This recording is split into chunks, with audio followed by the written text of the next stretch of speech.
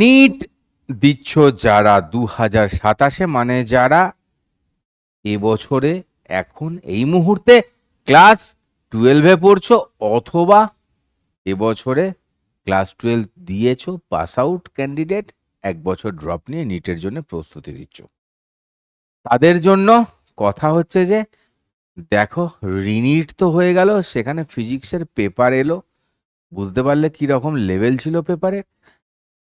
তারপরে তার আগের যে পরীক্ষা ছিল সেইখানে 2025-এও ফিজিক্স স্টাফ ছিল, তার মানে ফিজিক্স স্টাফটাই এখন ট্রেন্ড। তো ফিজিক্স স্টাফ, ফিজিক্স কি খুব শক্ত, ফিজিক্স শক্ত হলে কি করব ভাবার কোনো প্রয়োজন নেই, কারণ শক্ত হলে সবার জন্যই শক্ত হচ্ছে, দেশে সবার জন্য শক্ত হচ্ছে। যে বরং ভালো করে কনসেপচুয়ালি পড়েছে, যে ভালো করে শুরু থেকে থরোলি সব কনসেপ্ট বুঝেছে, ঠিক আছে, ভালো করে প্র্যাকটিস করেছে, বেশি সময় দিয়েছে, তার জন্য আমি বলবো উল্টে বেশি ভালো। সত্যি বলছি, আমি বলবো তার জন্য বেশি ভালো। হ্যাঁ, কাটা ফেরো ওই একটা নম্বর এদিক ওদিক হলো মানে 1500 2000 র্যাঙ্ক এদিক ওদিক হয়ে গেল, সেই ঘটনাও ঘটে না, এরকম একটা ব্যাপার থাকে। এটা একটা সুবিধা সেই দিক থেকে। ফিজিক্স কি করতে হবে শুরুর থেকে ধ্যান দিয়ে ভালোবেসে কিভাবে পড়তে হবে আমি বলছি, একটু ছোট্ট করে গাইড করে দিচ্ছি। শুধু আমি এটাও জানি অনেকে কমেন্ট করবে এটার নিচে যে এই পেপার আউট হয়ে যাওয়া, পেপার লিক হয়ে যাওয়ার এই যে ঘটনা, তো এটা সত্যিই একটা খারাপ ঘটনা, এবং এইটার ফলে যেটা হয়েছে অনেক স্টুডেন্টরা তারা না মেন্টালি খুবই ভেঙে গেছে। আমি নিজে কয়েকজনকে পার্সোনালি আমাকে বলেছে তারা যে মানে আর তারপরে সেকেন্ড টাইমের জন্য পড়তে ইচ্ছে করতো না, এরম ব্যাপার স্যাপার হতো। যাই হোক, যা হয়ে গেছে তা হয়ে গেছে। যদি সঠিকভাবে নিট দিতে হয়, যদি স্বপ্ন পূরণ করতে হয়, তাহলে তোমাকে লড়তে হবে এবং ফিজিক্সটা ঠিক করে করতে হবে। ফিজিক্স পরিষ্কার বুঝতে পারছি যে এখন যে ফিজিক্সের আমার কোশ্চেন আসছে সেটা এই যে নিট লেভেলে বলতে আমরা যেটা বুঝতাম একদম এনসিআরটি বেসড, সেই নিটটা ইকুয়ালস টু হয়ে গেছে জেই, তাই না? NEET equals to JEE level physics. আমি বরং এটাকে নিটটাকে আরো একটু বেশি শক্ত বলবো, তার কারণ যেই মেনে 25টা কোশ্চেনের জন্য 1 ঘন্টা বরাদ্দ থাকে, আর এখানে অ্যাকচুয়ালি আমি মিনিট আর কোশ্চেন দিয়ে ডিভাইড করলে 45 মিনিট থাকবে তোমার ফিজিক্সের জন্য, যার জন্য 45টা কোশ্চেন থাকছে।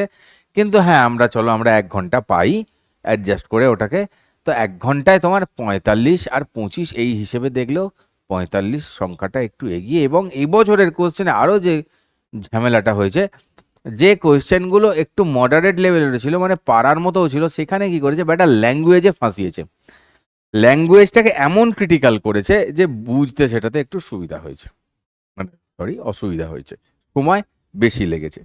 তো পরীক্ষা হলে মাথা ঠান্ডার যে অভ্যেসটা রাখা, এটা সব থেকে বেশি মাত্রায় কাজে দেবে। এবং আমি আর একটা কথা সাজেস্ট করব তোদের, যখন পড়বি না কোনো লেকচার বাদ দিবি না, একটা লেকচার বাদ দিয়ে আর একটা লেকচারে চলে যাওয়া, সমস্ত কমপ্লিট করবি। একটা চ্যাপ্টার ফুল কমপ্লিট না করে আর একটা চ্যাপ্টারে লাফাবি না, সময় নিবি, স্যাটারডে সানডেকে ইউজ করবি, ইউজ করে ব্যাকলগ তৈরি হলে আগে সেটাকে মেটাতে হবে। তার সঙ্গে কি করতে হবে রে বাবা, তার সঙ্গে যেটা করতে হবে তোকে কোয়েশ্চেনও প্র্যাকটিস করতে হবে রীতিমতো। এবং আমি এইটা বলবো যে যদি এইরকম হয় যে আমার গোটা সিলেবাসে 2টো চ্যাপ্টার বাদ চলে গেল, কোনো ক্ষতি নেই, কিন্তু যদি আমি যেগুলো পড়ছি মানে যে চ্যাপ্টারগুলো পড়ছি, চ্যাপ্টারের মধ্যে যেন 2টো টপিকও বাদ না যায়, চ্যাপ্টারের মধ্যে কিছু যেন বাদ না যায়। গোটা সিলেবাস থেকে 2টো চ্যাপ্টার বাদ যাক তবু ভালো, কিন্তু চ্যাপ্টার থেকে যেন একটা কিছুও বাদ না যায়, যাতে যাই কোশ্চেন আসুক আমি সেটা ঠান্ডা মাথায় সলভ করতে পারি। ঠান্ডা মাথা রাখতে গেলে তাড়াহুড়ো করে পড়ে সিলেবাস শেষের চক্করে শুধু দৌড়লে হবে না, ডিটেল কমপ্লিট করতে হবে। তা বলে কি স্যার সিলেবাস শেষ করবো না? না না, অবশ্যই সিলেবাস শেষ করা তো উদ্দেশ্য, কিন্তু সিলেবাস শেষ করাটাকে উদ্দেশ্য মাথায় সেট করে আমরা আধা সিলেবাস করে এগিয়ে যাব, এটা করবো না। মানে একটা চ্যাপ্টার কোনো রকমে বলে ঠিক আছে ওটা না ঠিক আমার ওটা ঠিক ভালো লাগে না স্যার, ওই চ্যাপ্টারটা ঠিক পড়িনি, ওটাকে একটু বাদ দিয়েছি, হ্যাঁ ওটা একটু না, এইরকম যেন না থাকে। কারণ মাল্টি কনসেপ্ট কোয়েশ্চেনও এবছর আমরা দেখতে পেয়েছি। তো একটা চ্যাপ্টারের সঙ্গে আরেকটা চ্যাপ্টারকেও পাঞ্চ করতে পারে। নিজের ওপর ভরসা রাখতে হবে, ধৈর্য রাখতে হবে এবং মাথা ঠান্ডা করে এগোতে হবে। ঠিক আছে, বাস ইতনা হি, ইতনা হি। ঠিক আছে, চলো আজকের মতন এইটুকুই জ্ঞান দেওয়ার ছিল, দিয়ে ফেলেছি জ্ঞান।